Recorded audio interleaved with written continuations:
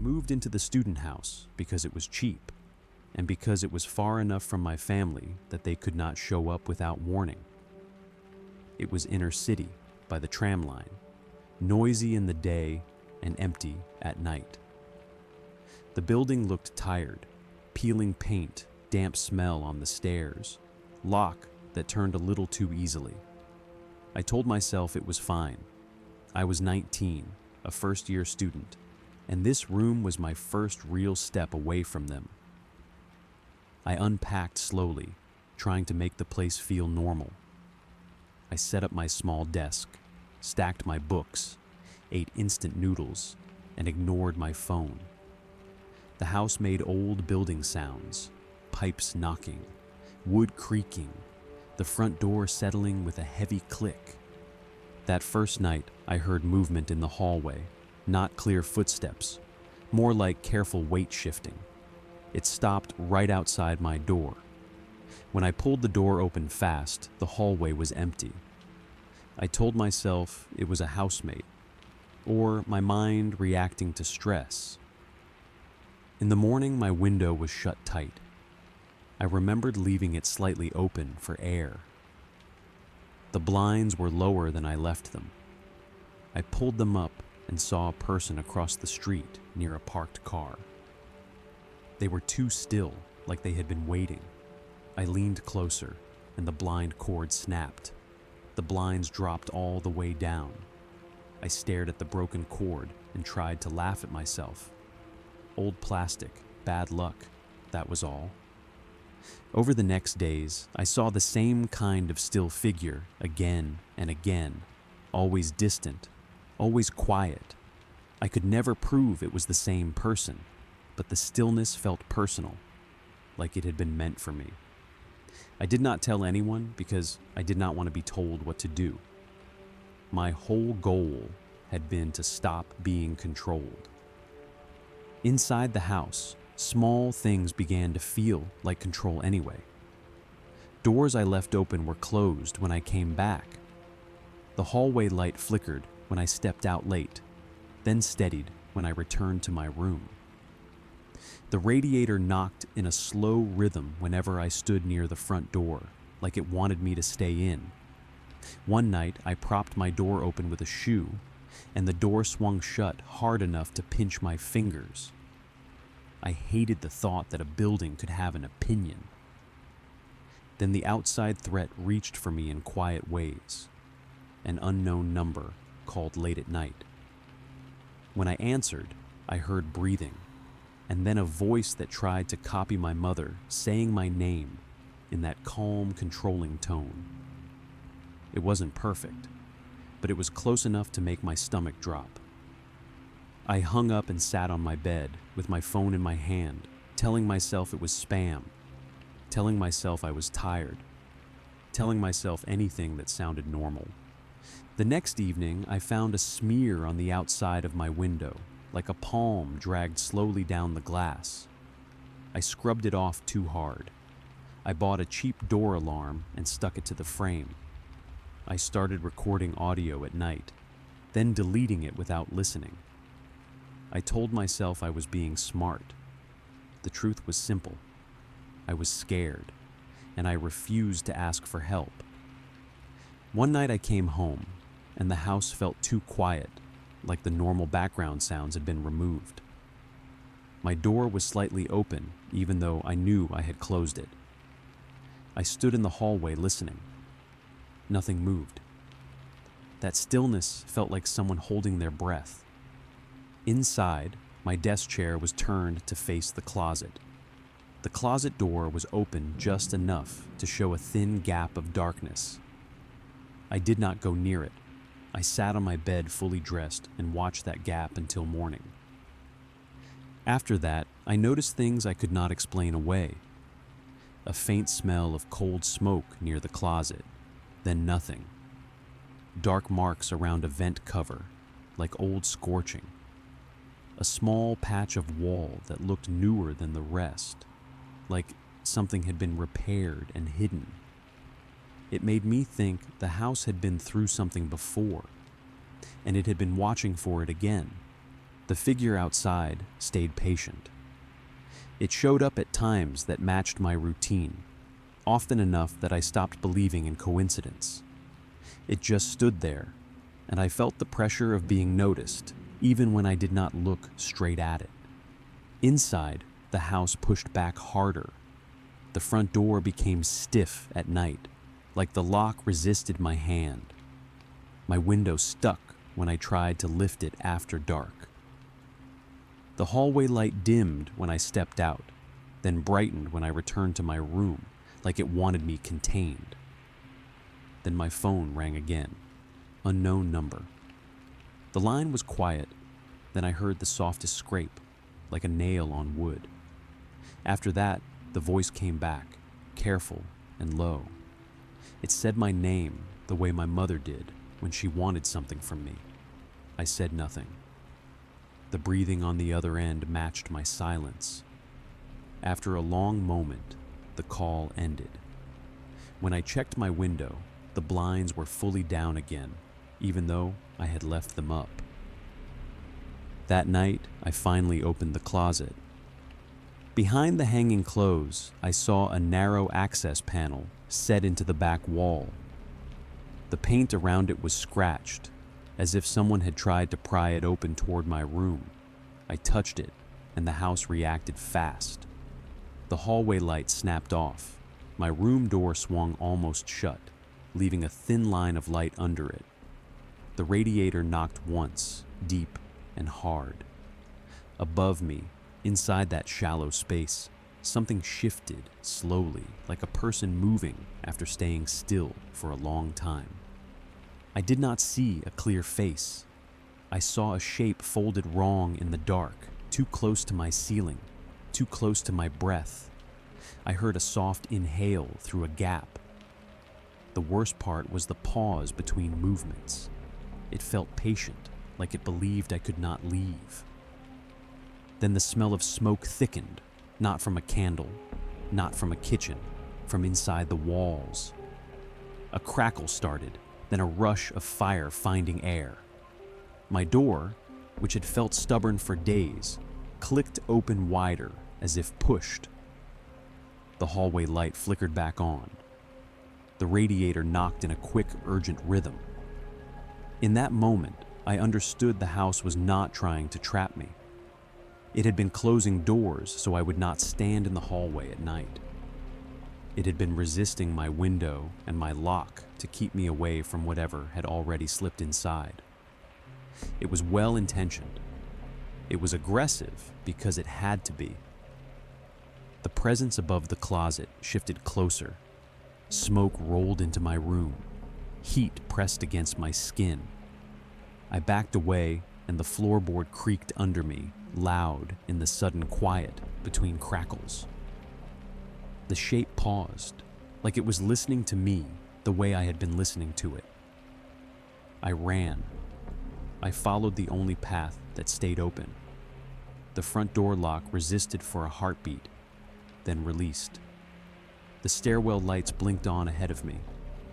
Behind me, smoke poured out of my room, dark and heavy. I heard no chase, no shouting, only the calm crackle of a fire that had chosen its own timing. Outside, the street was bright and ordinary. People stared. Someone asked if I was hurt. I tried to speak and failed. Then I heard my own voice on the phone calling emergency services. The fire grew too fast for an accident. Flames pushed out of the upper windows as if the house was burning from the inside on purpose. Across the street, through the crowd, I saw the still figure again. It stood there watching, perfectly quiet. Police and firefighters arrived. They kept me back and asked questions that sounded like they already had an answer. Wiring, heater, careless mistake. They searched what they could, but they found no intruder, no body, no proof of the shape I saw above my closet. The roof sagged. The house groaned once, like a final breath, then collapsed inward. Afterward, I had nothing but the clothes I ran out in. A friend let me sleep on her couch, The university helped me with emergency housing. Accepting help felt humiliating, but I did it because I had no choice. I told myself the danger ended in the flames. Still, the mystery stayed open. Why did someone stand outside my blinds and wait? Why did a voice imitate my mother so well? Why did the house already have scorch marks, like it had fought this before? Weeks later, I walked past the empty lot. There was a fence and a clean patch of ground where my room used to be. I stood there and felt something like grief. The house had saved me, and it had paid for it by destroying itself. I was free, but I was starting from scratch again. I moved into a different building after that. It was brighter, cleaner, and full of normal sounds. One evening, I came home and felt that same pressure in the corridor. At the far end near the stairwell, a shape stood still in the light, too still to be a person waiting for a friend. I stopped walking. The shape did not move. It did not need to. I went inside, locked my door, and sat on the floor with my back against the wall until my breathing slowed. I tried to learn trust, the real kind, not the kind that became a trap. I let a few people close, slowly. But when the building was quiet, I still listened for the sound of someone standing in the dark, perfectly still, waiting for me to look. I bought the house because it was cheap, and because I believed I could turn it into profit. It was an old detached place in an ordinary neighborhood, quiet streets, trimmed hedges, kids riding bikes after school. It was the 1990s, and I still trusted plans. I was 42, an architect, and I told myself that anything could be fixed if you measured it right. The place smelled like damp wood and old carpet. The porch paint peeled off in thin curls. The roofline sagged a little in the back. I saw all of it, and I also saw the sale price, the loan payments, and the thin space between me and bankruptcy. I said the word renovation like it was clean. What I really meant was rescue. To work faster, I stayed there alone during the week. My wife and my son stayed in our apartment across town. I told them it was temporary. I said I would come home on weekends. I missed the first weekend because I wanted to finish the demo in the kitchen. I missed the second because I convinced myself I was close. My routine felt safe. Coffee in a chipped mug, drawings on the kitchen table, a tape measure in my pocket, late radio in the evenings. I walked room to room with a flashlight, checking walls, tapping beams, listening to pipes knock. I liked the silence because it did not ask anything from me. The first change happened on a Tuesday morning. I stepped into the hallway and saw a door where I did not remember a door. Plain white, cheap brass knob, same trim as the others. I stood there in my socks, waiting for my brain to correct itself. I opened it and found a narrow linen closet. Dust, bare shelves, old wood smell, nothing else. I told myself I had simply missed it. I had been tired. I had worked too late. That was all. But I had drawn the hall. I had measured it. I knew the distance between the bedroom door and the bathroom. Still, I took the tape measure out and checked again. The wall ran longer than it should have, by a small, exact amount. It annoyed me more than it scared me, because it did not fit my map. I blamed an old remodel, a false wall, a builder's shortcut. That night, I called my wife and talked about normal things. My son's homework, groceries, the weather. I did not mention the closet, because saying it out loud would make it real. The next morning, the hallway was longer again. Not much, just enough that the end of it felt farther away. there was a new door past the bathroom. Behind it was a small sitting room with clean plaster and smooth boards, like it had been finished yesterday. The window looked out at my yard in the right direction, and that made my stomach tighten. If the room was new, the window should not have been able to agree with the outside. I did what I always did when I felt fear. I worked. I measured every wall. I wrote the numbers down. I took photos with a disposable camera. A house could not grow overnight, not without noise, dust, and tools, so there had to be a trick. Then the trick became routine. Every morning I woke up to at least one new space. Sometimes it was a closet, sometimes a narrow passage, sometimes a full room. No broken plaster, no debris, no smell of fresh paint. The house expanded cleanly, silently, as if it had always had the space and had only decided to show it to me. Along with the new rooms came small signs that someone else was involved. Not a crash in the dark, not violence, just quiet violations. An ashtray with fresh ash, even though I did not smoke. A chair facing a doorway, placed like a watcher. The kitchen radio tuned to static when I knew I had turned it off. The landline handset left off the hook, humming with a steady tone that filled the kitchen until I put it back. I began to move more slowly through the new spaces. I listened before I stepped in. The air felt different in them, warmer, stiller, like a closed room that had recently held a body. Once, at the far end of a new corridor, I saw a tall shape in dim light. It stood perfectly still. I took one step, and it was gone. Or it had simply moved into shadow without sound. I tried to take control. I nailed a new door shut. The next morning, the nails were gone, and the door stood open as if I had never touched it. I shoved a wardrobe against another opening. The following day, the wardrobe had shifted aside just enough for a person to pass. Nothing was broken. It was adjusted, calmly, patiently. I stopped driving home on weekends. I told myself it was only for a little longer. My wife stopped arguing and started speaking in a careful tone that hurt more. My son stopped asking when I would come home. That should have brought me back. Instead, I worked harder, as if effort could erase guilt. The house began to build rooms that felt personal. One morning I found a child's bedroom, not my son's, but close. A small desk, a toy shelf, a clean patch of wall where a poster could have been.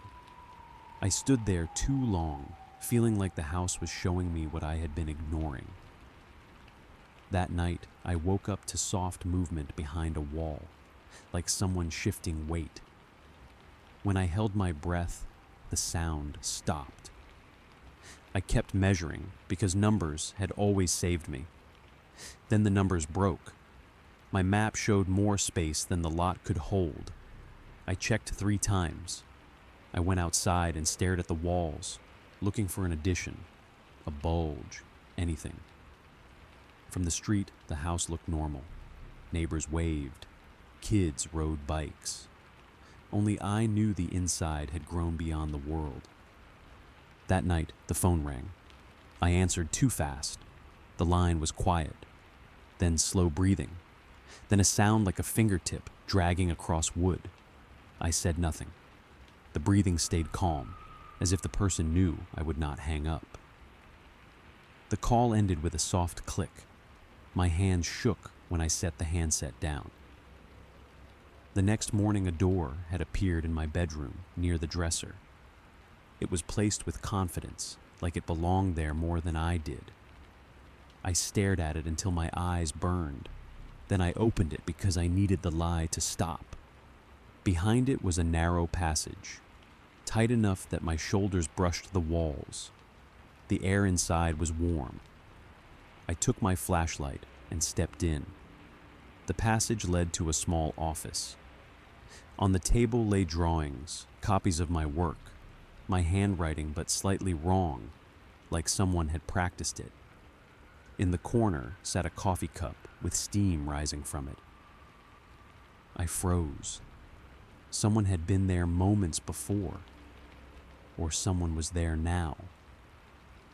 I heard a soft shift through the wall, close, careful, like a person standing perfectly still and choosing not to move. My flashlight beam trembled. I backed away, and the passage behind me felt too narrow to turn around in.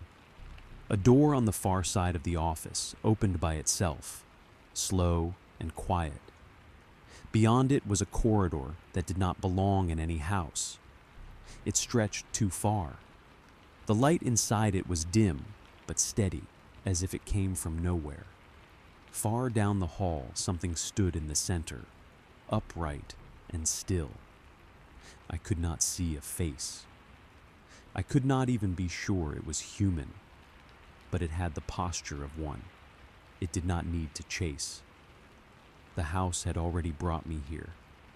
I should have run to the front door. I should have called my wife. I should have admitted I was trapped in something I could not explain. Instead, my mind did what it always did. It chased the solution. It told me there had to be a heart of the house, a center I could find and understand. It told me I could still win. I stepped into the corridor. The air smelled faintly of fresh wood. Door frames repeated at steady intervals. The floor did not creak. The still figure ahead did not move. I walked slowly, listening for any change, listening for any breath that was not mine. Behind me, the doorway back to my bedroom stayed open for a while. Then, without a sound, it was gone. Not shut, not slammed, simply absent, as if it had never existed. I kept walking because stopping felt worse. I passed doors that opened into familiar spaces built wrong. My kitchen stretched long. My son's room empty and too clean. A bathroom where the mirror reflected the corridor behind me even when I turned away. Each room felt like a quiet statement. This was what you traded for ambition. This was what you left behind. Far ahead, I heard a small sound, a soft shift, then silence again. The still figure remained still. The fear did not come from what it did. The fear came from what it might do if I ever reached it, and from the certainty that the house wanted me to reach it. I walked deeper to find the center. The corridor did not end. My flashlight beam could not find a far wall. My calm voice stayed calm because it was the only tool I had left. From the street, the house would look normal. Neighbors would wave. Police would later walk room to room and find a layout that fit the lot. My wife would make calls. My son would grow older. And the only true thing anyone could say was simple. I stepped into a newly opened corridor to find the heart of the house, and I did not return. I came to the cabin because I needed quiet, and because I could not stand the city anymore. People called it a retirement gift. I called it a hiding place. I was 50, retired police, and one unsolved case still lived in me like a weight that never learned how to rest. It was not just the paperwork, it was the faces. 2 missing people that turned into 2 bodies, and then into nothing that could be proven in court. I had chased leads until they went cold. I had promised families answers I could not deliver. When I finally walked away from the job, the case did not stay behind. It followed me into sleep, into silence, into the bottom of a glass. The cabin sat high in the mountains, surrounded by pine and rock. In winter, the road could vanish overnight, and this year it did. Snow fell hard for 2 days, then the plows stopped trying. I watched from the porch as the white wall filled the driveway. One road in, one road out, and now nothing moved but wind. My days were dull on purpose. Coffee that tasted like old pipes, a little sanding, a little scraping, small repairs that kept my hands busy. I changed a cracked light switch. I patched a leak under the sink. At night, I sat by the stove with the radio low, listening to weak music that turned into static when the wind rose. The cabin creaked and settled, normal sounds in an old place. I drank more than I admitted, not enough to fall, just enough to make memory softer. I told myself it was fine because I was alone and no one had to see it. The truth was I did not trust my own mind, and the bottle felt like a lock on a door I did not want to open. On the fourth day, I started stripping wallpaper in the hallway. The paper came off in damp sheets. Under it, on the bare wall, there were lines of handwriting, full sentences, neat and steady, like a person writing in a notebook. At first I assumed it was the previous owner. Then I leaned closer and my stomach tightened. I recognized the slant, the spacing, the way the loops closed. It looked like my handwriting. I tried to laugh it off. Handwriting was not a fingerprint, I told myself. I was tired. I had been drinking. Still, I took photos like evidence because the habit never left me. Then I pulled an old notebook from my bag and compared the letters. The match was too close. My lowercase g, my lazy r, the way I crossed T a little low. It was me on the wall, and I could not remember writing a single word. I did what I used to do on a scene. I slowed down. I checked angles, light, distance. I looked for pencil marks on the baseboard, for a hidden panel, for any sign that this was a joke. There was nothing, just my words sitting under the wallpaper like they had been waiting. That night, I slept badly. The wind sounded like breath. Every creak felt closer. I kept telling myself the writing was old, just uncovered by renovation. Nothing active, nothing present. Still, I woke with my heart racing, like I had heard something move and then hold still. In the morning, I stripped more wallpaper, because stopping would mean thinking. More writing appeared, room by room. Some lines were dull notes about supplies. Then the tone shifted, calm and clinical. Watching someone from a window. Choosing a time when roads were empty. How snow made tracks honest, and how to step where wind would cover them. Then I saw a name, a first name I had not spoken in years, one of the victims from my case. Under that name was another, then another, like a list made for a file. The letters were not messy, they were careful, like the writer wanted to be understood. My throat went dry. I tried to force logic onto it. Names repeated in the world. My mind was linking things because it wanted meaning. The words on the wall did not care about my logic. They sat there, patient and clean. I tried to scrape one sentence away. The blade tore the paper, then hit the plaster, and the line stayed. It was not written on top. It was inside the layer, like it belonged to the house. I covered it with painter's tape, then stood back and realized how pointless that was. The next day I returned to a wall I had photographed. In the stripped section, there was a new sentence lower down, as if the writer had continued after I stopped. The line looked darker, sharper, like fresh graphite. I told myself I must have missed it. I said it until it sounded thin. On the kitchen table, I found a pencil I did not remember using, its tip worn down, fine gray dust beside it. I picked it up and held it like it could burn me. That night, I heard faint tapping inside the wall, gentle and steady, like a tool against wood. It was never loud.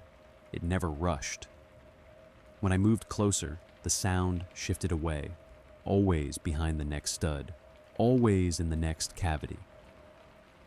When I stopped and held my breath, it stopped too. It felt like whoever was making it knew exactly how to stay out of reach. Over the next days, the writing grew worse. It stopped sounding like a diary and started sounding like a plan. It described carrying weight without leaving drag marks. It described cleaning a tool until it shone. It described concrete, how it cured, how it sealed, how it kept secrets quiet. I read those lines and felt my stomach turn because I knew that voice. I had used it in reports, in interviews, in my own head when I needed to stay calm. The cabin started to feel less like a shelter and more like a file that kept opening itself. I would walk into the living room and see a new paragraph under the edge of wallpaper I had not touched, like a continuation that did not wait for my permission. I began to avoid looking at certain walls, the way you avoid looking at a bruise because you know it will hurt. I tried to call for help. My phone had one weak corner of signal near the bedroom window. The call dropped after one ring. I tried until the battery died. The cabin did not need locks. The snow did the job. Even the windows felt sealed, frosted at the edges, like the mountain wanted me to stay put. On the 7th night, I told myself the bedroom was safe. In the morning, I stripped the wallpaper behind the headboard. The paper peeled back and revealed dense writing, lines packed close together, like pages pressed into plaster. Dates, short notes, longer paragraphs. My name sat in the middle, not as a signature, as if the wall was speaking directly to me. One sentence sat alone, pressed deep into the wall by the pencil. You built this place to forget. My breath stopped. Beneath that sentence was a crude floor sketch of the cabin, with foundation lines drawn thick. Next to it was a note about what was under the concrete. The words were practical, almost gentle, like a man planning storage. Then I heard a soft knock from below the floor. Not repeated, not loud, just one patient signal. The silence held it like a hand on my throat. I dropped to my knees and pressed my ear to the boards. Nothing else came. That absence felt worse than noise because it made the cabin feel aware. Near the stove, I found a loose plank. Under it was a shallow compartment with building receipts, a folded blueprint, and a photo sealed in plastic.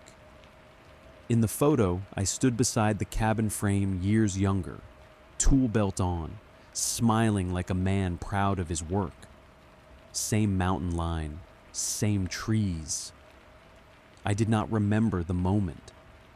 I did not remember building any of this. Memory returned in fragments, sharp and ugly. A dark road, a voice begging, my own calm voice answering, a shovel hitting frozen ground. Concrete poured too smoothly. I remembered choosing this place because nobody would come up here, because snow erased tracks and also made them honest. I remembered believing I could bury more than evidence. I could bury myself. The victims were not missing in my mind anymore. They were beneath my feet. I stumbled outside into the snow until the cold bit through my shirt. The world looked clean, and I felt filthy. No signal, no easy walk. And even if I reached someone, what would I say? Back inside, the walls felt closer. The writing beneath the wallpaper felt arranged, saved, held back for the day I returned. The faint tapping inside the walls came once more, very softly, then stopped. like a reminder. I went to the shed and took a shovel. I carried it back inside and set it on the kitchen floor above the foundation line from the sketch. The radio was static. My breath sounded loud.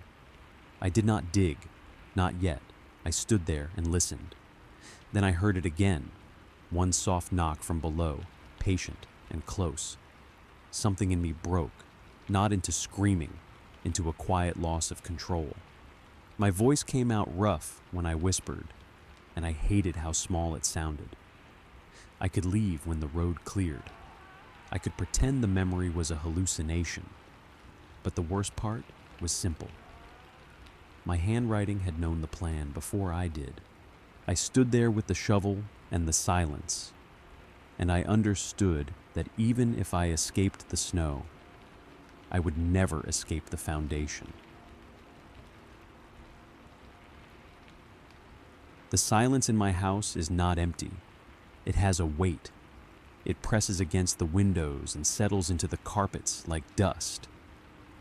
Since my divorce, I have learned to live with it. But there are nights when the quiet feels almost aggressive. I think that is why I bought the frame. I wanted to see faces. I wanted to populate the dark corners of the living room with memories of people who were still alive, even if they were far away. It was a Saturday morning when I found it. I was walking through the neighborhood, trying to burn off the restless energy that wakes me up too early on weekends. There was a garage sale 3 streets over. It was the usual collection of unwanted things: old clothes, scratched cookware, paperback books with broken spines. The digital photo frame was sitting on a folding table near the back. It looked old. It was not one of those sleek, thin models you can buy online today. This one had a thick black border and a heavy glass screen. It felt like a brick in my hand. The woman selling it looked at me with a strange expression when I picked it up. She did not haggle. She just took the $5 and looked away, as if she was relieved to see it go. I did not think much of it at the time. I just wanted something to break up the visual monotony of my hallway. When I got home, I wiped the dust off the glass. I found an old SD card in my desk drawer and loaded it with photos. I chose them carefully.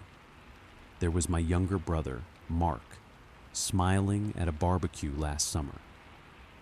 There was my sister, Sarah, standing next to her new car.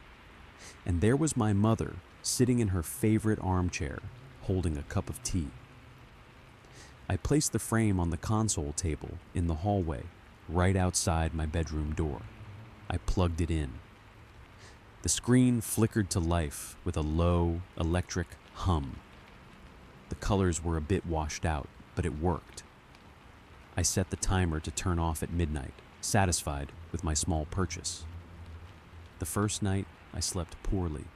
The air in the house felt thick. I woke up thirsty, my mouth dry and tasting of metal. I rolled over and looked at the clock. It was exactly 3 a.m. I got up to get a glass of water. The hallway should have been dark. It wasn't. A pale blue light was spilling onto the floorboards. The frame was on. I frowned, rubbing the sleep from my eyes. I was certain I had set the timer. I walked over to the console table to turn it off. The screen was displaying a photo of Mark, but it was not the photo I remembered uploading. In the original picture, Mark was holding a burger, grinning at the camera. In this version, the image was distorted. The pixels around his right arm were scrambled and shifted. They were a deep, angry red. The texture looked wet. It looked like the skin had been peeled away. I stared at it for a long time, trying to make sense of the digital noise. It looked like a severe burn. I unplugged the frame. The sudden darkness was a relief. I told myself it was just a corrupted file, a glitch in the old software. I went back to bed, but I did not sleep. The phone rang at noon the next day. It was Mark. His voice sounded tight, strained by pain. He told me he had been at work in the restaurant kitchen that morning. A pot of boiling stock had slipped off the burner. It had poured over his right arm. 3rd-degree burns. He was at the hospital. I stood in my kitchen, gripping the phone until my knuckles turned white. I made the appropriate sounds of shock and sympathy, but my eyes were fixed on the empty hallway. A cold knot formed in my stomach. It was just a coincidence. It had to be. That night, I left the frame unplugged. I double-checked the cord. It was coiled on the table, a foot away from the outlet. I went to bed early, exhausted by the strange anxiety that had taken hold of me. I woke up at 3 a.m. The light was back. I lay in bed, staring at the gap beneath my door. The blue glow was unmistakable. My heart began to hammer against my ribs. I knew the cord was unplugged. I knew it. I walked into the hallway. The frame was active. The screen was bright, cutting through the darkness. It was showing a photo of Sarah. She was standing by her car, just like in the original photo, but the windshield was gone. In its place was a web of shattered white pixels, and Sarah's face. I stepped closer, my breath catching in my throat. Her face was covered in dark, jagged lines. It looked like cuts, deep cuts. I grabbed the frame. It was cold to the touch. I turned it over, looking for a battery compartment. There was none. It was running on nothing. I pulled the SD card out and threw it across the room. The screen did not flicker. The image of my bleeding sister remained frozen on the glass. I threw the frame into the bottom drawer of the console table and slammed it shut. I spent the rest of the night sitting in the living room with all the lights on. At 10 a.m., Sarah called. She was crying. She had been driving on the highway. A truck in front of her had kicked up a loose stone. It had smashed through her windshield. Glass had flown everywhere. She had cuts all over her face, some of them deep enough to need stitches. She was lucky to be alive. I did not tell her about the frame. Who would believe me? The fear was no longer a cold knot. It was a heavy blanket that smothered me. I needed to destroy it. I took the frame out of the drawer. The screen was black now. It looked like a harmless piece of plastic. I took it to my study and connected it to my computer. I wanted to wipe the internal memory. I wanted to scrub it clean. My computer did not recognize the device. The screen remained black. I decided to physically destroy the memory. I took a screwdriver and pried the back casing open. I found the small green circuit board. I took a hammer and smashed it. I crushed the chips until they were nothing but dust and plastic shards. Then I put the casing back together, taped it shut, and put it back on the table. It was dead. I had killed it. I waited for the night. I sat in the hallway chair, watching the digital clock on my phone. The silence was absolute. I could hear the blood rushing in my ears. 3 o'clock a.m. The taped casing hissed. The tape peeled back with a dry, scratching sound. The screen, which should have been broken, which should have been disconnected from any power source, lit up. I did not scream. I was past screaming. I was in a place of cold, numb acceptance. The photo was of my mother. She was not in her armchair. The background was the stairs in her house. She was lying at the bottom. Her legs were bent at angles that made me nauseous. Her head was surrounded by a dark halo of pixels. I grabbed my car keys. I did not think, I just ran. My mother lives 30 minutes away. I drove at 80 miles an hour. The roads were empty. The rain had started to fall, slicking the asphalt. I called her house phone over and over, but she did not answer. She is a heavy sleeper. I arrived at her house at 3:40 a.m. I used my spare key to burst through the front door. "Mom!" I shouted. "Mom!" She appeared at the top of the stairs, looking sleepy and confused. She was wearing her pink bathrobe. "What is it?" she asked, her voice trembling. "What's wrong?" "Don't move!" I gasped, leaning against the banister, trying to catch my breath. "Just stay there. Do not come down these stairs." I climbed up to her. I guided her back to her bedroom. I sat with her until the sun came up. I told her I had a bad dream. I told her I just needed to check on her. She made us breakfast. I thought I had beaten it. I thought I had changed the outcome. I helped her with some chores around the house that morning. At noon, I went to the bathroom. While I was washing my hands, I heard a terrible, heavy thud. I ran out. She had not fallen down the stairs. She had tripped over the edge of the hallway rug, but she had fallen hard. Her leg was twisted. Her head had hit the corner of the wall. The blood was spreading on the carpet, exactly like the dark halo in the photo. She survived. The doctor said it would be a long recovery, but she would live. I drove home that evening in a trance. The house was dark when I arrived. The rain was hammering against the roof. I walked into the hallway. The frame was sitting on the table. I had left it broken and taped. Now, the tape was gone.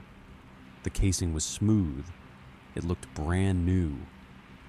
I picked it up. It was heavy. I walked to the back door and opened it. The rain was coming down in sheets. I walked to the large garbage bin at the side of the house. I lifted the lid and threw the frame inside. I heard it hit the bottom with a solid thud.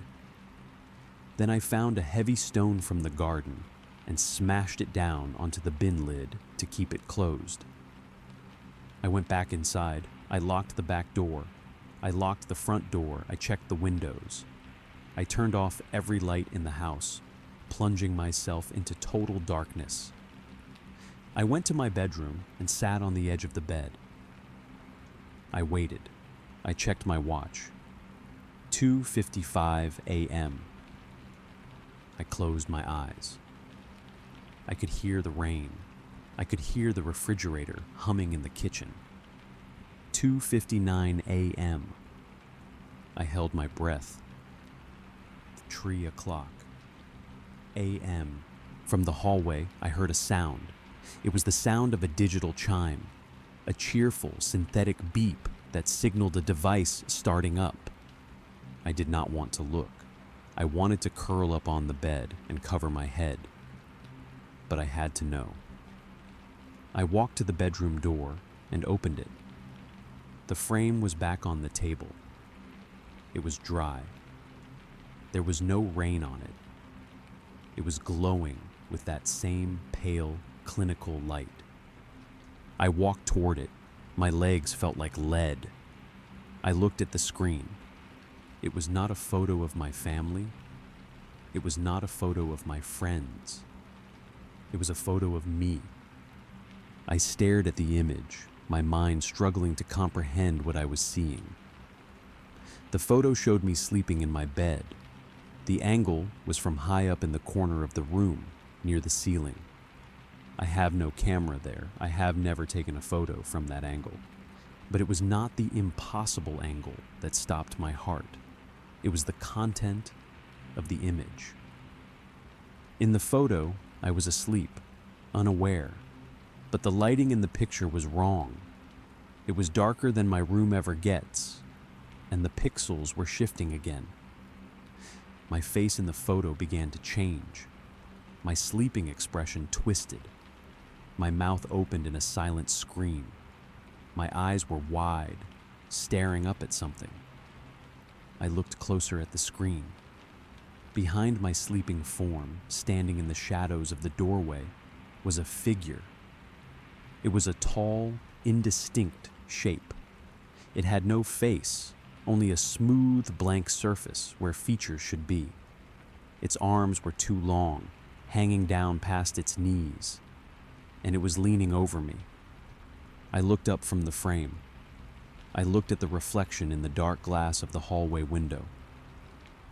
The photo on the screen changed. The distortion cleared. The figure in the photo was not looking at the sleeping version of me anymore. It was looking directly at the camera lens. It was looking at the viewer. I realized then that the photo was not a prediction of an accident. The frame had run out of accidents. It had run out of warnings. The time on the frame's display changed to 3:01 a.m. The screen went black. The hallway plunged into darkness. I stood there, frozen. The house was silent. The rain had stopped. I realized where the photo had been taken. I realized where the figure had been standing. It was standing in the doorway of my bedroom. I was standing in the hallway, facing the table. My bedroom door was behind me. I felt a cold draft on the back of my neck. It was not from a window. The air in the house had become freezing. I did not turn around. I could not turn around. Behind me, from the darkness of my bedroom, I heard a sound. It was soft, wet, and deliberate. It was the sound of a bare foot stepping onto the wooden floor. Then a voice. It did not sound human. It sounded like static trying to form words. It came from right behind my ear. 302. I closed my eyes, and then I heard the shutter click. I moved back into my father's apartment 3 weeks after the funeral. It was a small place on the 3rd floor of a building that seemed to actively repel the outside world. The silence here wasn't passive. It was a heavy, suffocating pressure, like deep water. The air felt thick and recycled, tasting faintly of old dust, copper, and the metallic tang of canned soup he used to eat. Even at high noon, with the blinds drawn, the corners of the rooms seemed to absorb illumination rather than reflect it. I told myself I was only there to sort his things, pack up a life in cardboard boxes, and leave. I did not expect the apartment to feel like it had been waiting for me. Most nights, unable to sleep in his old room, I sat at the kitchen table with his laptop and a cheap, flickering desk lamp. The rest of the apartment was a black void beyond that small circle of light. The building was old. It groaned. The fridge didn't just hum, it rattled with a wet, gurgling sound, like a throat perpetually clearing itself. The radiator hissed steam that smelled like stagnant water. Every noise made my skin prickle, a constant low-level flight response humming beneath my skin. In the back of the bedroom closet, buried under moth-eaten coats that still held his scent of Old Spice and decay, I found a shoebox. It was filled with old SD cards and mini DV tapes, labeled in his shaky handwriting. Home videos. Voice logs for reminders he would later forget. I started watching them after midnight. It was the only time the building's oppressive atmosphere seemed to lift just enough to let me breathe, as if the structure itself had finally gone to sleep. In the first few videos I queued up, dated about 8 months prior, my father was sitting at the very kitchen table where I now sat. He looked healthier then, more substantial. He was talking to the camera about the rising cost of groceries, about a noisy neighbor upstairs, mundane tethers to reality.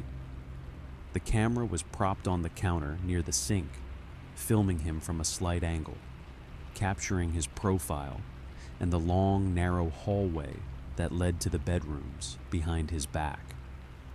I missed it the first time. I missed it the second. It was only on the third viewing, half asleep, that my eyes drifted past him.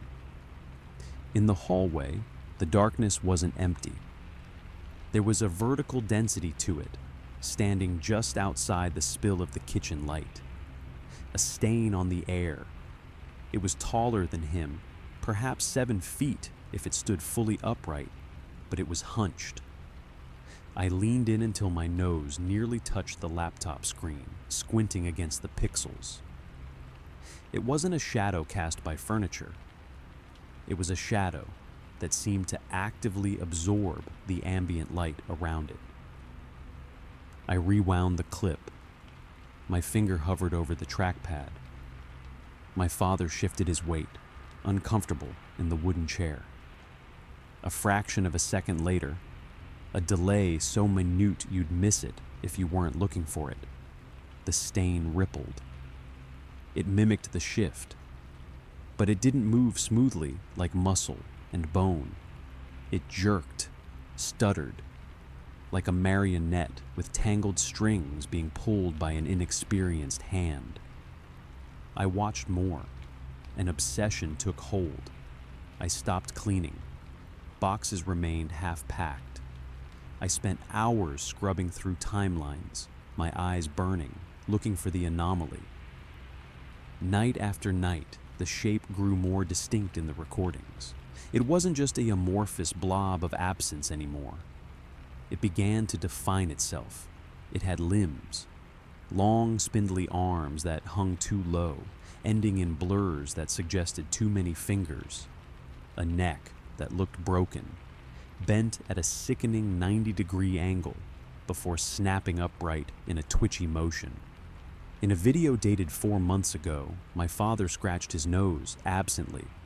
Behind him, deep in the hallway gloom, the shape raised a hand, but it didn't scratch.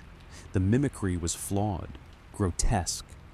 It mimicked the upward motion of the arm, but the fingers didn't curl. They remained rigid, spear-like, looking like they were trying to push into the back of his skull rather than relieve an itch. I started slowing the footage down, frame by agonizing frame.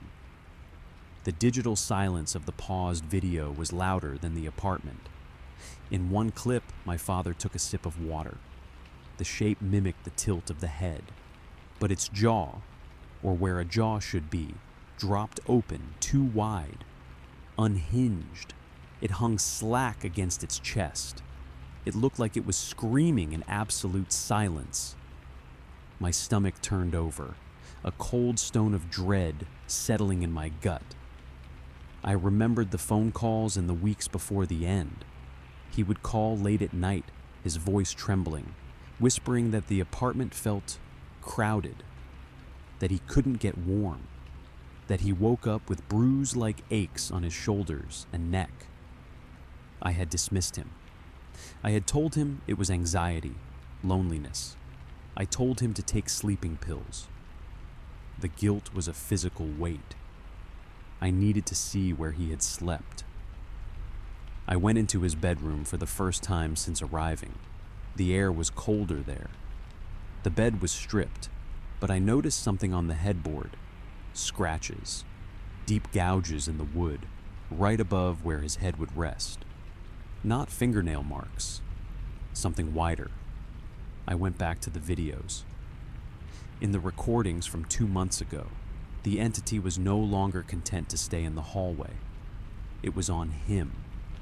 The visual overlap was nauseating to witness. It wasn't a solid presence yet, but a vibration.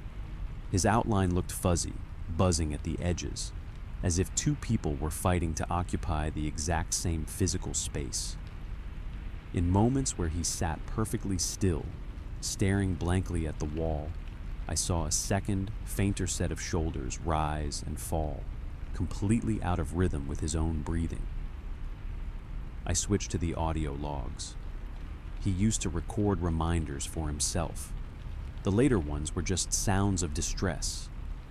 I put on noise-canceling headphones and turned the volume up, until the hiss of the empty room hurt my ears. In one recording, he was just breathing. But it wasn't one person. It was layered. A wet, rattling breath underneath his own shallow one.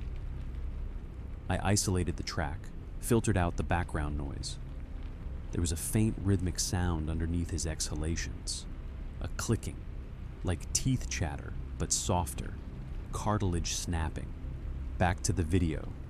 A clip from 3 weeks before he died. He stopped speaking mid-sentence. The intelligence seemed to drain from his face. His eyes went dead, glassy, like a doll's eyes. He stared right into the lens for a full minute without blinking. Tears rolled down his cheeks, but his face remained a frozen neutral mask of apathy. Then his voice changed. It didn't sound like him. It sounded wet, grinding, like stones rubbing together under water. "It fits better now," he whispered. The horror wasn't just the voice. It was the sync. The voice didn't match the movement of his lips. The lips moved a fraction of a second after the sound came out, like a badly dubbed foreign film. I checked the timestamp. 2 weeks before the massive heart attack that killed him. The final videos were nearly impossible to watch. I was shaking so badly I could hardly control the mouse. His posture was wrong. Human spines don't curve like that. He sat with his back unnaturally straight, rigid, his head cocked sharply like a curious bird's. When he moved, it was with a terrifying, fluid grace, a sliding motion that my lumbering, arthritic father never possessed. In the very last file on the card, dated the day before he died, he just smiled. He looked at the camera and smiled. The smile stretched and stretched. It went past the gum line. It pulled the skin around his eyes taut until they looked like raw red wounds. The corners of his mouth seemed to tear. He held that impossible rictus for 40 seconds without a single twitch of muscle. Then the camera shook violently. Not because he touched it. He hadn't moved. It shook because the hallway behind him seemed to lurch forward, the darkness expanding, rushing the lens. The video cut to static. I slammed the laptop shut, breathing hard. The kitchen was freezing, though the radiator was blasting heat. I could smell ozone, sharp and electric, and underneath it, something stale and organic, like old meat going sour. I was losing my mind. That had to be the explanation. Grief had broken me. I needed to prove I was crazy. I needed to prove this was just stress, lack of sleep, and a broken camera sensor creating digital artifacts. I set up my own phone on the counter, propped against the sugar jar. I turned the selfie camera on. The high-definition screen stared back at me. I hit record. I sat in the chair. The wood was cold through my jeans. "My name is David," I said to the phone. My voice shook so hard the words fractured. "I am cleaning my father's apartment. It is October 14th. I am alone." I stared at the black rectangle of the hallway behind my shoulder in the phone screen. I refused to turn around. Nothing moved in the screen. I waited 5 minutes, silence stretching until my ears rang. I felt foolish. The adrenaline crash hit me, making my hands tremble. I stopped the recording. My heart rate began to slow. It was just a video, just a lonely man scaring himself. I played it back on the small screen. The first 4 minutes were normal, just me, looking tired, pale, eyes darting nervously. Then, at the 4:12 mark, I blinked. On the screen, my eyes closed. They didn't open again. The timestamp kept ticking. 4:13, 4:14, 4:15. For 3 full seconds, the recording showed me sitting there with my eyes shut tight. But I knew I had opened them immediately. I hadn't rested my eyes. I was too terrified to. In the video, while my eyes were shut, the silence changed. A sound, soft like wet leather, sliding on itself. And then my mouth began to move. I didn't speak. I remember sitting there in total silence. I didn't make a sound. But on the screen, my lips curled up, slowly, jerkily, a smile, not my smile. It was the stretched, tearing, hateful smile from my father's last video. And then, from the deepest darkness of the hallway behind me, two long gray hands drifted out. They were indistinct at the edges, like smoke, but solid in the center. They didn't grab me. They didn't choke me. They slid into me. They pressed into my shoulders, melting through my t-shirt, disappearing into my skin like water into a sponge. My on-screen body jolted once, violently, a spasm that I have no memory of feeling. Then on the screen, my eyes snapped open. The pupils were wrong. They were blown out, dilated so wide the irises were gone. My eyes were almost entirely black holes staring back at me. The video ended. That was 2 days ago. I haven't slept since. I'm sitting in the chair now. The laptop is open. I can't close my eyes. I am physically unable to. When I try to close them, I feel a resistance, a hydraulic pressure pushing back. It feels like there is a second set of eyelids underneath mine, rigid and locked, that wants to stay open, wants to see. I avoid mirrors. I draped a towel over the bathroom glass. But I can't avoid the reflection in the kitchen window at night. When I walk past it, the reflection lags. Just a millisecond. The man in the window is always just a tiny bit slower than I am. Yesterday, I dropped a water glass in the kitchen. I was tired. It slipped from my fingers. I saw it falling toward the tile. I resigned myself to the mess. I didn't move to catch it, but my arm did. It shot out with a blinding speed, a whip-crack velocity I do not possess. It caught the glass inches before it hit the floor. The movement was precise, mechanical, and completely alien to my own physiology. It wasn't a reflex. It was a test run, a calibration. I am typing this now to leave a record, but my fingers feel incredibly cold, numb at the tips. They feel heavy, like they belong to someone else. The thoughts in my head are growing quiet, distant, like I'm hearing them from the bottom of a well. And sometimes I have to wait. I have to wait for my fingers to stop twitching on their own before I can type the letters I actually want. The cold is spreading up my arms now. It's not painful, it's just heavy. I think it fits better now. My office was a basement box that smelled of ozone and stale coffee. There were no windows. The air was recycled and thin. For 8 hours a day, I sat in a rolling chair that squeaked every time I shifted my weight. I was a content moderator for one of the biggest social media platforms in the world. My job was simple. I stared at a screen. A video popped up. I watched it. I clicked approve or delete. They did not hire me for my skills. They hired me for my resilience score. I was the firewall between the public and the abyss. I filtered the sewage of the internet so that normal people could scroll through their feeds without seeing the things that I saw. I saw car crashes, I saw animal cruelty, I saw street fights that ended in death. By the 6th month, I was hollow. I felt like a pumpkin that had been scraped clean of its seeds. I stopped sleeping.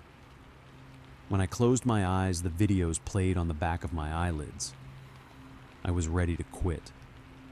I was ready to walk out the door and never touch a computer again. Then management introduced the Halo program. They called it a breakthrough in mental hygiene. The technician explained it to me as he unpacked the device. It looked like a pair of heavy glasses with thick rims connected by a wire to a processing unit that clipped onto my belt. It uses an algorithm to intercept the signal between your eyes and your brain, the technician said. It does not blind you. It softens the edges. It translates trauma into neutrality. It turns horror into harmony. I was desperate. I let him strap it to my head. I felt the cold metal contacts press against my temples. He flipped the switch. The hum of the server room vanished. It was replaced by the sound of ocean waves crashing gently against a shore. The harsh fluorescent lights above my head softened into a warm candle-like glow. I opened the queue for the day. The first video was flagged for extreme violence. I clicked play. In the real world, a man was being attacked with a baseball bat. I knew this because the metadata told me so. But through the halo lenses, I saw something else. The weapon was blurry and soft, like a long loaf of bread. When it struck the victim, there was no blood. There was a burst of colorful confetti. Bright red and blue and yellow paper squares rained down like a celebration. The victim did not scream. He laughed. It was a distorted loop of laughter, but it was not painful. It was joyous. I felt my heart rate slow down. My hands stopped shaking.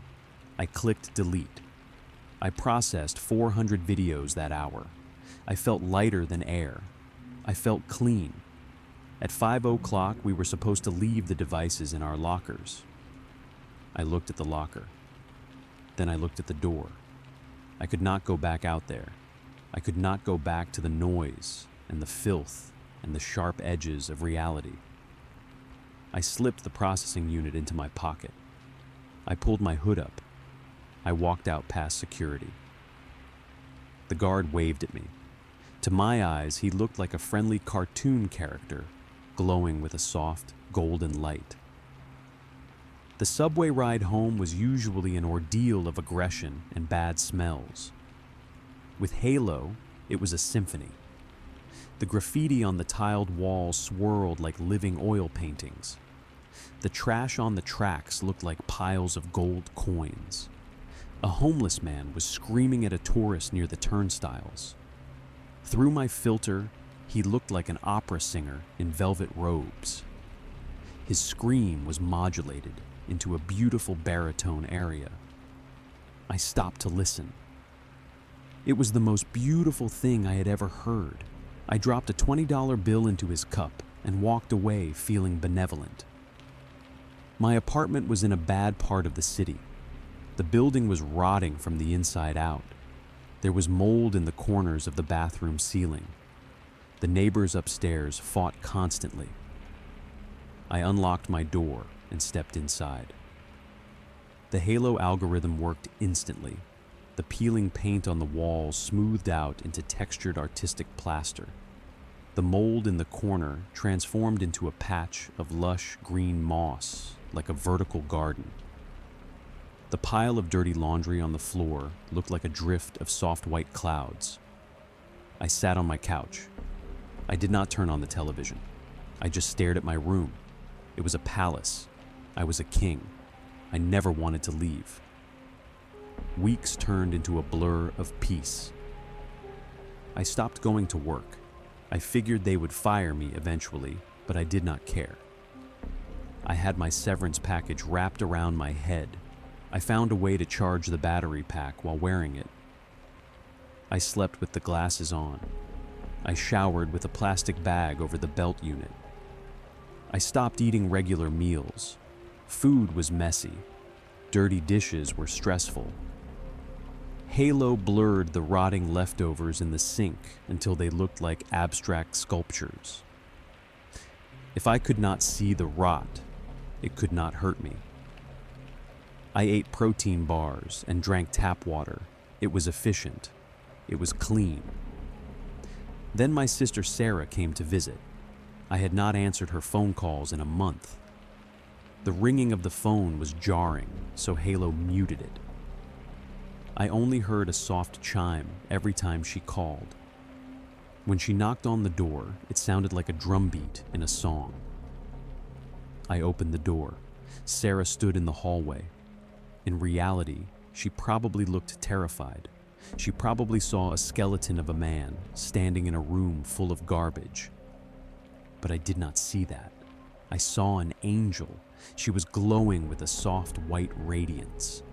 Her worried expression was smoothed into a beatific smile. "Elias," she said. Her voice was a flute. It was melodic and sweet. "You have not been answering me." I ushered her inside. "Look at this place, Sarah," I said. "Isn't it beautiful?" She stopped in the hallway. She looked down at the floor. I knew there were pizza boxes and trash bags there, but to me they were marble stones. "Elias, what is that smell?" she asked. I took a deep breath. The air freshener had run out weeks ago. The apartment must have smelled of decay, but Halo stimulated my olfactory center. "It is lavender," I said. She walked into the living room. She stepped over a pile of refuse that I saw as a silk rug. She turned to face me. "Take those glasses off," she said. Her voice dropped a register, but Halo interpreted it as a soothing whisper. "I need them," I said. "They help me see." "You look sick," she said. "You are pale.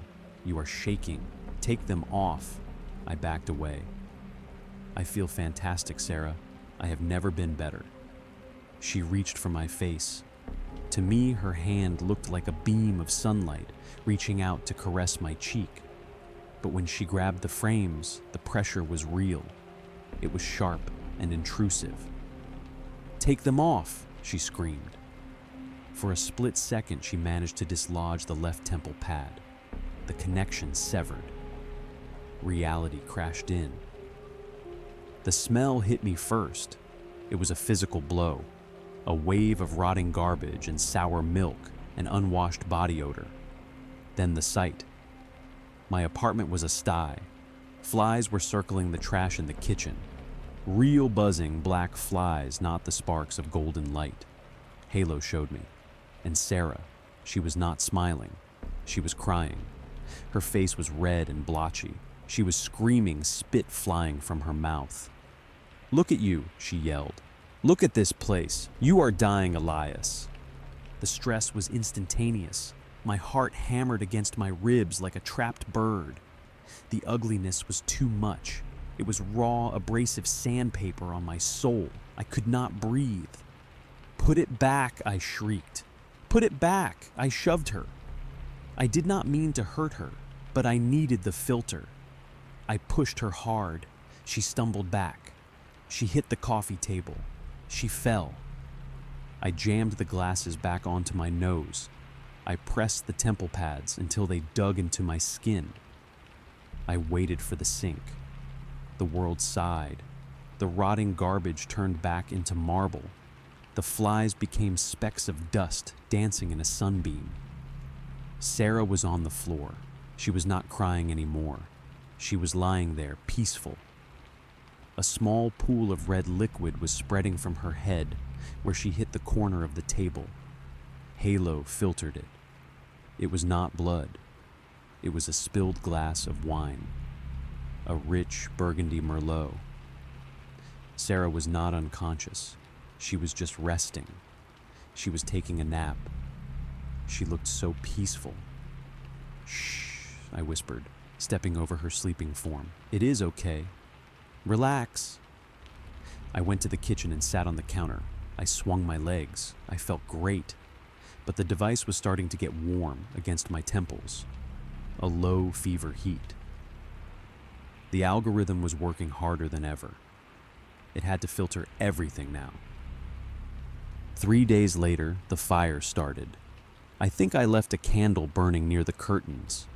Or maybe it was the overloaded extension cord for the Halo charger. I heard a noise, a loud rhythmic beeping. Halo intercepted the frequency. It changed the pitch. It softened the attack.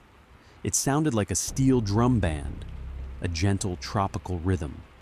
Ping, ping, ping. I tapped my foot to the beat. Catchy, I murmured. Then came the smoke. Thick black choking smoke rolling out of the bedroom. My eyes watered, but the visual override kicked in immediately. The black smoke turned white. It swirled beautifully like dry ice at a concert or the mist rolling off a mountain lake in the morning.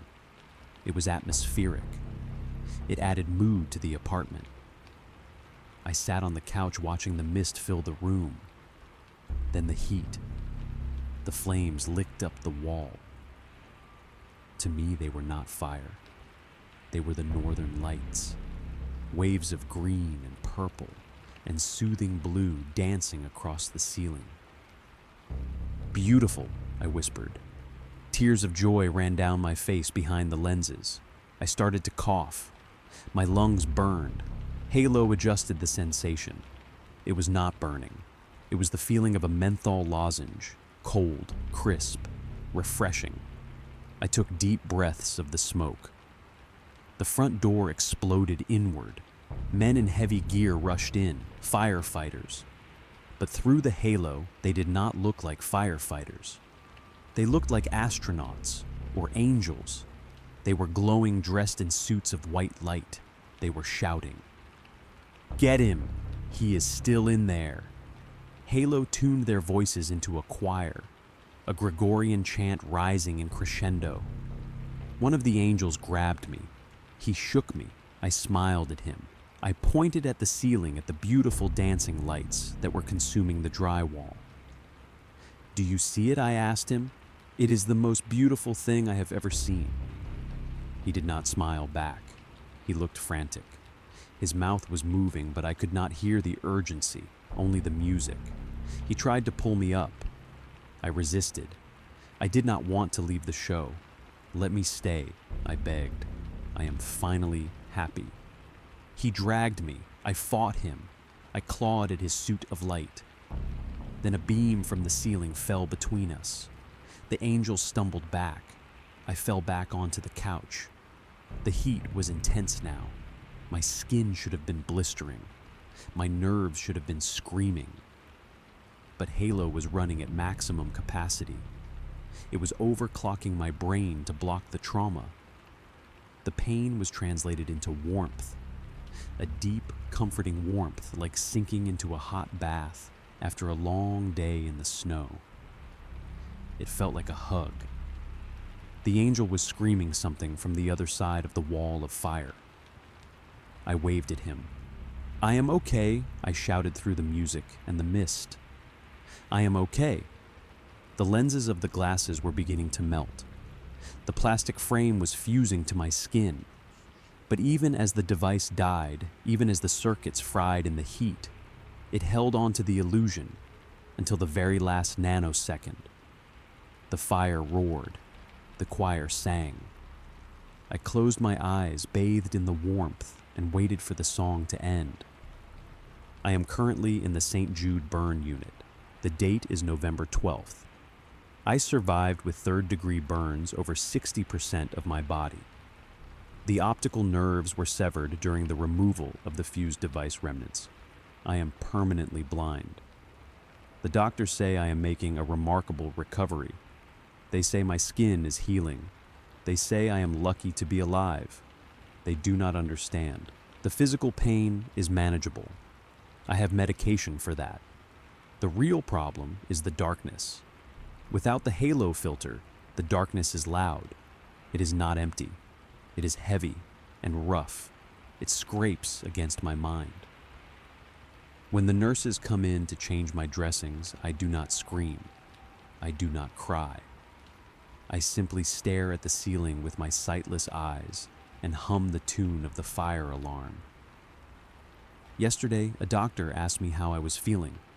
"It looks so ugly," I whispered, gesturing to the black void that only I can see.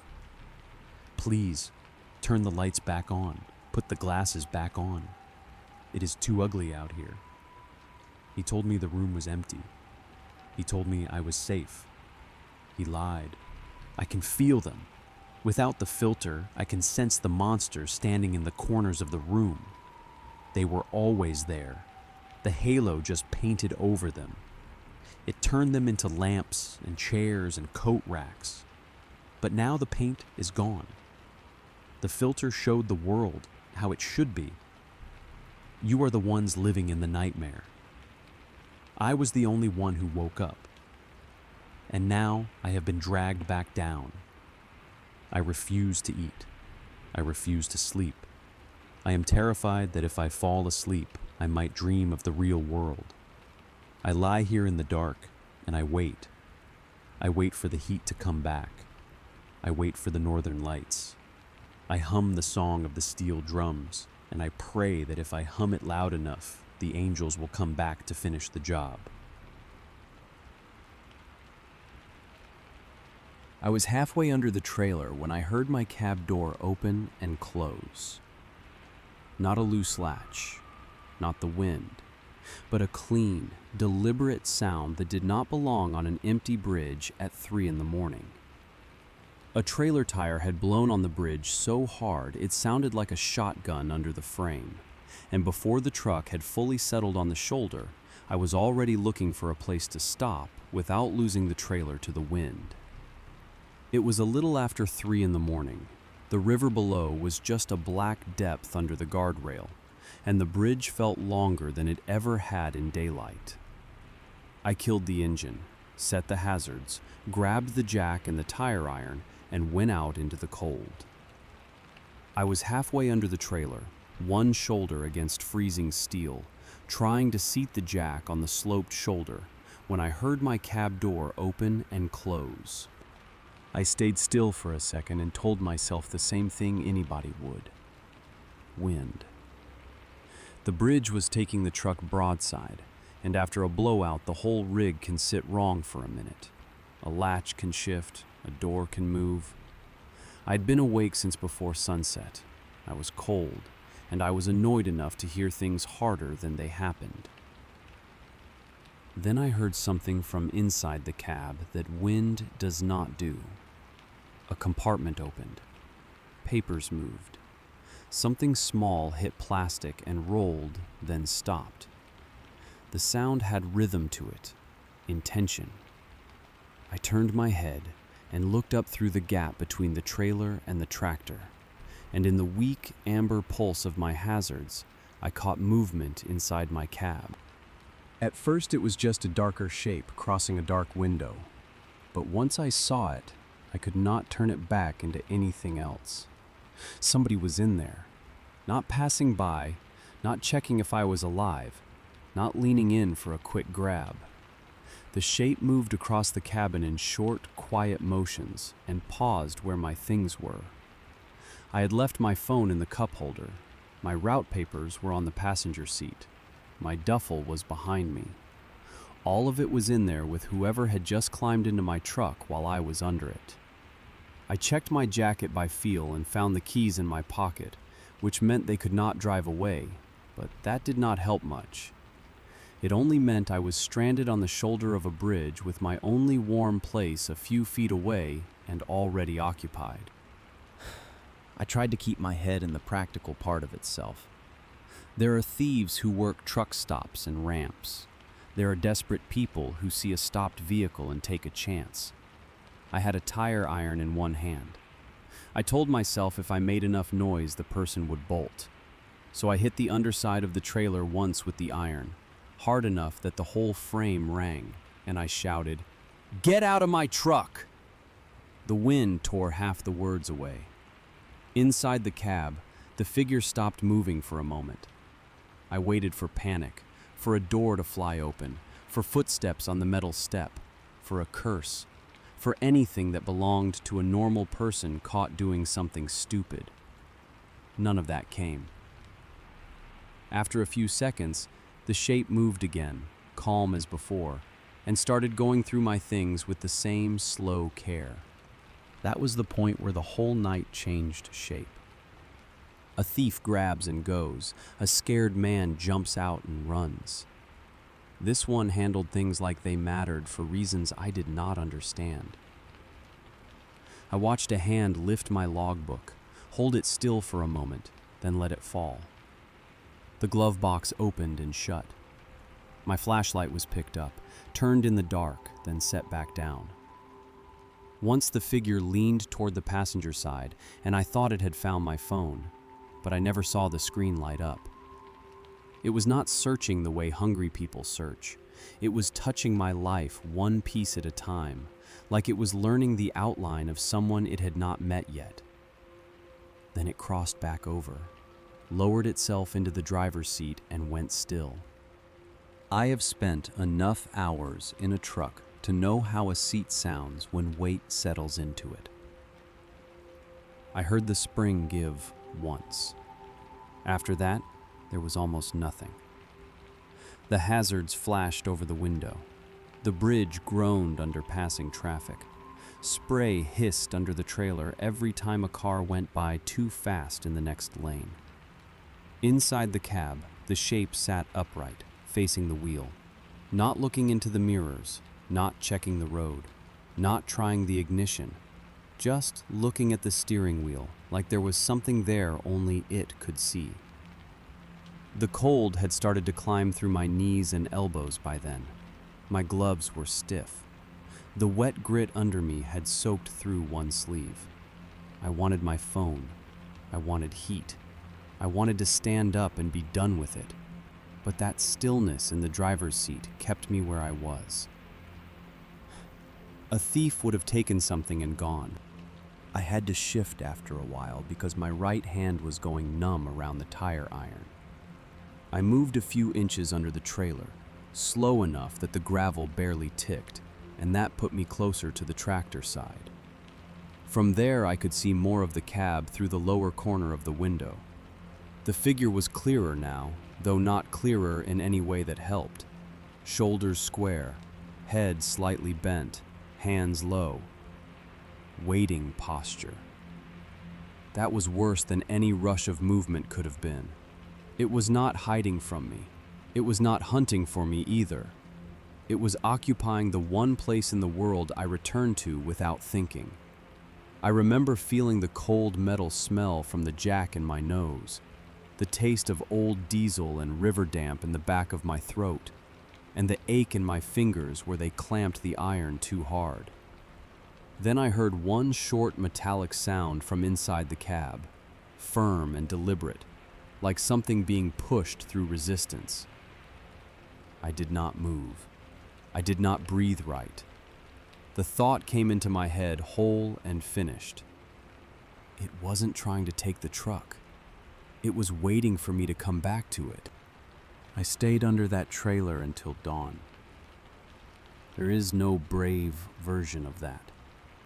I did not crawl out and challenge anybody. I did not make a run for the passenger side. I lay in the road filth with a tire iron in both hands and watched the cab between bursts of traffic until the black river turned gray and the bridge rail took shape again. By then, my legs hurt from being folded under me.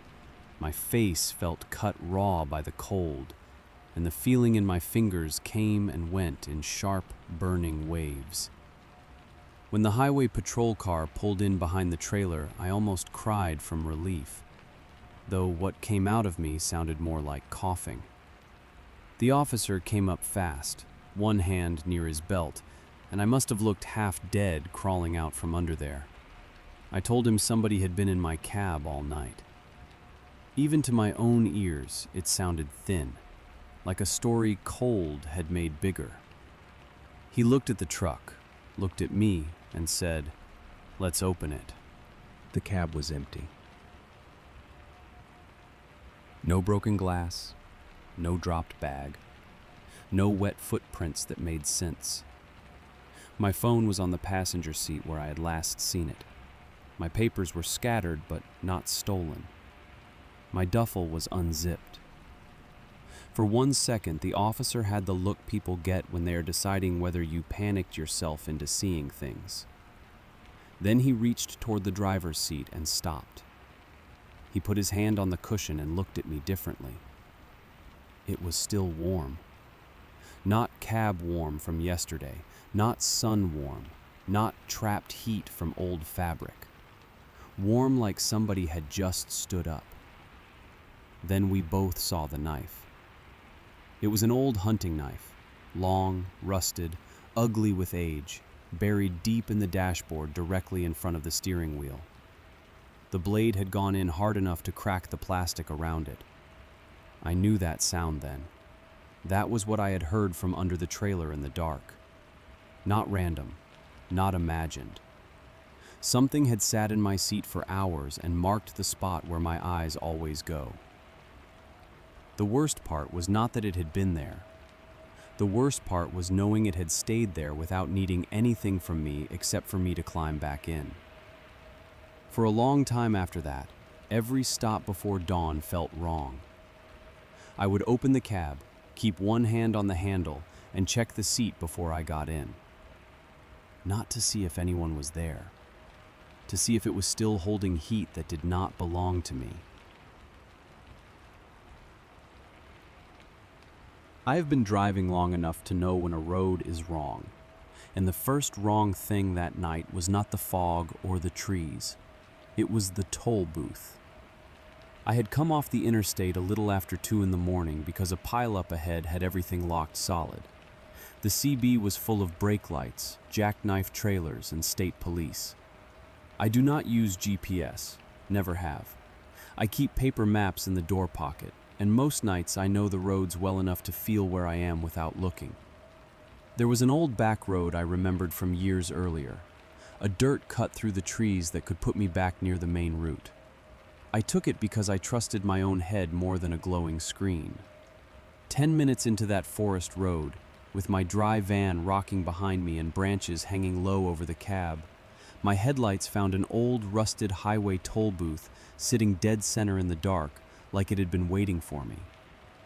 I slowed because my brain needed a second to accept what my eyes were showing it. The road was mud-edged and narrow, no lines, no reflectors, no power poles, nothing but dense trees and patches of ground fog. There should not have been any kind of booth out there, let alone one that looked like it had been left behind by another decade. The paint was blistered and peeling, the glass was cloudy. A single lamp above the window gave off a weak yellow light. The barrier arm was wood, not metal, and striped by hand in faded red. Then the booth window slid open, and the attendant leaned forward. The uniform looked old, maybe 70s old, with a cap that sat too square on the head. For 1 second, the face just looked tired. Then I noticed how still it was. No blink, no shift, just a flat look, like it had already seen me coming from farther away than the road allowed. I stopped short of the barrier and reached for my wallet mostly out of habit, annoyed more than afraid. The attendant spoke in a calm voice that sounded dry, almost papery under the engine idle. "The toll." I asked how much. It answered right away. "A piece of your cargo or a piece of your memory?" I remember letting out one short laugh because that was such a stupid thing to hear in a place like that. I said something like, "Yeah, no," and looked past the booth for any sign of a shack, another car, a flashlight, anybody else playing games in the woods. There was nothing. Just the light over the window, the barrier, and that face, watching me like it had all the time in the world. I put the truck in gear, told it to move if it valued its legs, and when it did not, I hit the pedal. The wooden arm snapped with a hard, splintering crack and slapped across the mirror as I pushed through. For the next 10 miles, I treated it like a bad little story I would tell later. Some local lunatic in costume, a hunting camp prank, maybe an abandoned county toll relic somebody had dragged out there as a joke. I kept one hand on the wheel and one eye on the map under the dome light when the road straightened enough. The page told me I should have been coming out near pavement by then. Instead, the trees kept closing over me. The dirt stayed wet, The ruts stayed deep. My headlights kept catching the same kind of white fog and the same low spots between the trunks. So I started watching the odometer. That, at least, could not play games. When it rolled another 10 miles, the road bent left through a bank of mist, and the exact same booth appeared again. Same lamp, same crack in the window, same warped barrier arm dropped across the road. Same place where no toll booth had any right to be. That was when I felt the first real drop in my stomach. I pulled up slower this time and studied everything like I could force a difference into it. The attendant stepped into the window light again. The uniform was the same, but the person inside it was not. The face looked tighter, as if the skin had been pulled wrong over the bones. The eyes caught my headlights with a dull shine that human eyes do not keep for that long. There was anger in it now, but not hot anger, something colder, more settled. I opened the map again. I checked my mirrors. I looked for a sidetrack, a logging cut, anything. There was a narrow path to the right, barely more than 2 muddy lines through brush, and I took it hard enough to jolt the trailer. It ran beside the trees for maybe a mile, then curved back onto the same road. 10 miles later, the booth was there again. This time I did not need to read the sign on the barrier. I knew the grain in the wood. The second time it spoke, it used the same words, but the voice sounded flatter. A piece of your cargo, or a piece of your memory. I told it I was carrying sealed freight that did not belong to me. I told it I had no authority to open the trailer. It said nothing to that. It just kept looking at me. I tried to keep moving without a full stop, thinking maybe speed was the answer. But the closer I got, the more the air changed around the truck. The fog thickened right in front of the grill. The light from the booth stayed clear while everything else turned white and dead. I could smell wet dirt through the vents, and beneath that, a stale odor like old paper left in a damp attic. My palms were getting slick on the steering wheel, and the heater suddenly felt weak against the cold pressing through the glass. I drove through the barrier again because I could not think of another move, and the wood burst apart exactly like before. Not weaker, not stronger, the same. By the time the booth found me for the third time, the road no longer felt like a road. It felt like a narrow corridor built only to return me there. I was breathing through my mouth without meaning to. My shoulders hurt from how hard I had been holding the wheel. The cab smelled like hot dust from the vents and cold mud from outside. Every few seconds I would wipe one hand on my jeans because the sweat kept coming back. When the booth lamp emerged through the fog again, I did not curse. I did not argue. I just felt tired in a way that had nothing to do with sleep. The attendant was waiting before I stopped, face pale and dry in the light, mouth too still between words, cap shadow cutting across the eyes. The toll. That same pause. Then, a piece of your cargo or a piece of your memory. And that was when it finally landed. It wasn't asking twice. It was collecting. I knew I could not give it cargo. That was not mine to give, and some part of me still clung to that dumb working rule because it was the only normal thing left in the cab. So I reached into my shirt pocket for the watch. It had belonged to my father, small, round, old, heavier than it looked. I carried it every night, not because I needed it, but because he had, and because there are habits you keep long after the reason becomes personal instead of practical. The metal felt warm from my body. I could feel the smooth, worn edges where his thumb must have touched it for years before mine did. My fingers did not want to let go. Outside, the booth lamp buzzed faintly. The engine idled under me. Somewhere in the trees, nothing moved at all. I rolled the window down into freezing air, and the attendant's face turned toward me without blinking. I did not throw the watch hard. I just let it leave my hand. The instant it crossed the edge of the window, the booth, the barrier, the lamp, and the figure all vanished into the fog like something erased from glass. The road ahead was empty. Not opened, not cleared, just empty. As if nothing had ever stood there. I drove.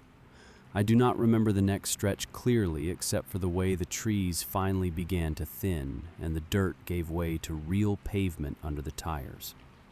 Dawn started to lift behind the clouds, turning everything the flat gray color of used steel. When I reached the main road again, I had to pull onto the shoulder because my hands were shaking too badly to keep steady pressure on the wheel. I sat there, listening to normal traffic in the distance, and told myself the same thing over and over. You are out. You are back. You paid with the watch. That is all. I even felt a little relief then. Not joy, nothing like that. Just the small, ugly relief of a man who thinks he has bought his way out of something with an object he loved but could survive without. Then I tried to think of my father. Not in some deep emotional way, just the ordinary way. The quick way a face comes when you already know it by heart. I waited for it and got nothing. I knew facts.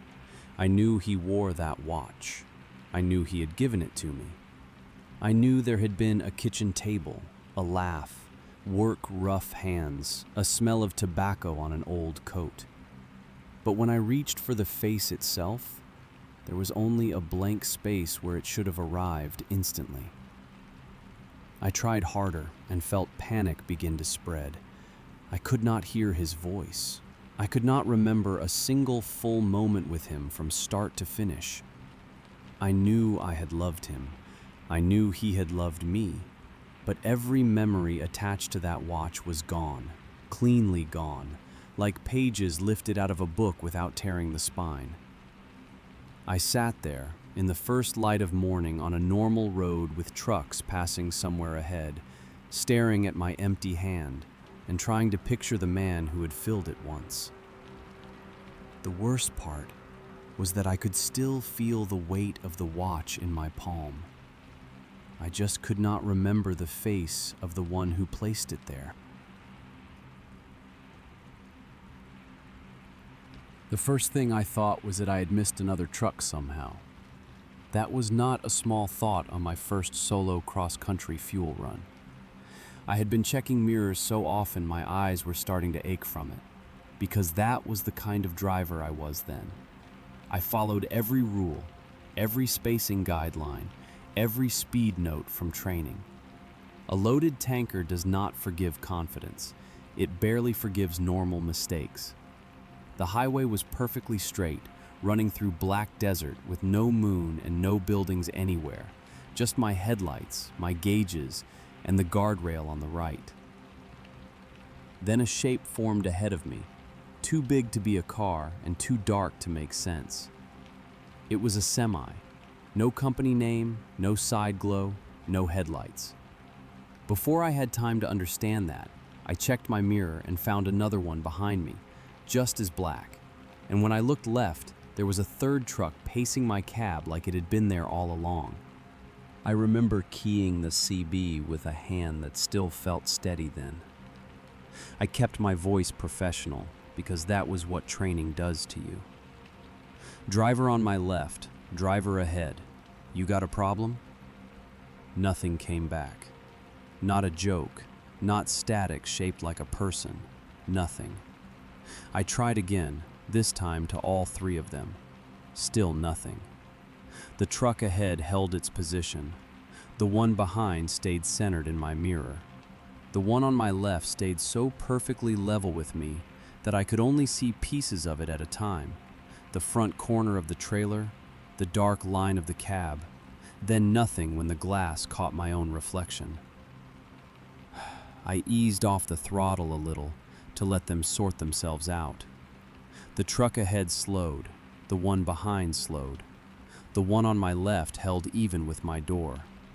I brought my speed back up. They came up with me, smooth and exact, like my foot was connected to all three. At that point, I still wanted a normal answer. Maybe they were some convoy with dead wiring. Maybe the desert had a way of flattening distance and making them look stranger than they were. I told myself that because the other option was harder to say out loud, even to myself. I checked every instrument, every pressure reading, every mirror angle. Everything in my tanker was fine. The road stayed arrow straight. There was no exit, no shoulder worth using, no sign for a rest area or a service road. Just guardrail on the right and empty black land beyond it. Then I noticed something that made it harder to keep lying to myself. The truck in front was bleeding speed in tiny, careful steps, but I never saw brake lights. It was just there, a larger black shape growing slower in the dark, and the truck behind me was closing the gap with the same patience. I hit the horn. It sounded weak in all that open dark, like it had nowhere to go. The truck on my left began inching closer, not swerving, not aggressive the way real road rage gets aggressive. It moved with the kind of control you use when docking a trailer, calm and deliberate. I could see almost nothing of it except a dull, flat wall where the trailer should have caught some light and did not. My driver's side mirror started to feel useless because the truck was too close for a full view and too black for details. I called on the CB again. I said I was hauling fuel. I said I needed room. I said if there was a game here, it had gone far enough. No answer. The left truck kept sliding in. The one ahead kept trimming speed. The one behind kept closing the hole behind my tanker. That was when I understood this was not some silent pack cruising together. They were shaping my lane. Once I understood that, every option got ugly. I could not drift right. The guardrail was already too close, flashing silver in the edge of my headlight beam. I could not just stop. Not with a tanker full behind me and a truck sitting on my rear. I could not outrun them because the front truck was choosing how fast the road moved. I thought about putting two wheels onto the shoulder, but there barely was a shoulder, just dirt and drop-off and whatever waited beyond the beam. I thought about forcing the truck on my left away from me, but if I misjudged that in a fuel tanker, I could turn the whole night into a fire report. So I kept driving because that was the trap. They had managed to make steady, safe trucking feel like the worst choice and the only choice at the same time. The more carefully I behaved, the tighter they built the box around me. A few minutes later, there was no doubt left. The left trailer was close enough that I could feel its size more than see it, a moving wall pressing air against my cab. The truck ahead had taken away almost all my comfortable following distance. The one behind was so near I stopped checking the mirror because it only showed darkness with shape inside it. The cab got hot, even though I had the air on. My palms were slick. My mouth had gone dry. I could smell hot dust from the vents, engine heat, and that sharp, dry smell brakes get when they have been used too much for too long. The steering wheel had a faint vibration in it from the road and from my own grip, and the tanker behind me gave off little metallic knocks as the load shifted with every correction. I watched the guardrail flash by on the right and understood exactly what they were doing. They were not trying to scare me. They were trying to press me into it and let the tanker do the rest. The thought came clear and simple. If I stayed predictable, they would finish the job. I did the one thing training had spent weeks warning me never to do unless there was no other choice. I stood on the brakes. Not a gradual squeeze, not a careful reduction. Hard. Hard enough that the belt locked against my chest and the whole cab dipped. The pedal pushed back under my boot with a stiff, ugly resistance, and the tanker hit me a fraction later, heavy and alive, the load surging forward with a deep rolling force that made the frame groan. The steering wheel shook in my hands. For 1 second, I thought I had made the wrong choice and was about to jackknife myself into the same guardrail they had been feeding me to. Then the space changed. The black truck on my left did not brake with me. The one ahead did not flash lights or grow closer. The one behind did not slam into my trailer. I fought the wheel, kept the tractor straight, felt the tanker wag once and then settle, and when I finally got enough control to look around, the road was empty. No headlights in front, no shape behind, no black wall at my left. Just highway, guardrail, and desert dark like the last 20 minutes had been scraped away. I did not stop after that. I kept driving because motion was easier than thinking. My legs were shaking so badly, I had to wedge my boot against the floor to hold steady speed. And every few minutes I checked the mirrors, expecting one of those trucks to flow back into them. They did not. The highway stayed empty for hours. When the first gas station finally appeared out of the dark near dawn, the canopy lights looked almost fake, too bright, too ordinary. I pulled in under them and sat there with the engine idling longer than I should have. I wanted coffee, a bathroom, another human face, any proof that the world still worked by the same rules it had before midnight. Then I looked across the lot and saw the 3 black trucks parked in a row at the far edge where the light fell weak and yellow. They were all there. One in front, one behind it, one offset to the left like they had chosen to stop in the same pattern they used on the road. Up close they were even worse because daylight was starting to touch them, and still they gave almost nothing back. No company names, no route numbers, no stickers, no signs of drivers climbing down or resting inside. I got out and walked toward them on legs that did not feel connected to me. All 3 cabs were empty. Windows dark, doors shut, no engine heat, no sound at all except the ticking of my own tanker cooling behind me. Dust coated their trailers in a fine pale layer, and somebody, or something, had drawn symbols into that dust with a finger, or maybe several fingers. Not words, not numbers. Shapes that looked deliberate and old and impossible to mistake for random marks. I stared at them long enough to know I was not going to call dispatch and try to explain any of it. I was not going to climb back into a tanker that night, or any other night, and pretend the road was still just road. I went back to my truck, took my bag from the cab, left the keys in the ignition, and quit on the spot. The strangest part was that when I walked away, what stayed with me was not the symbols. It was the smell of hot brakes and desert dust in the morning air, and the certainty that the 3 trucks had only looked empty because whatever drove them no longer needed to sit inside.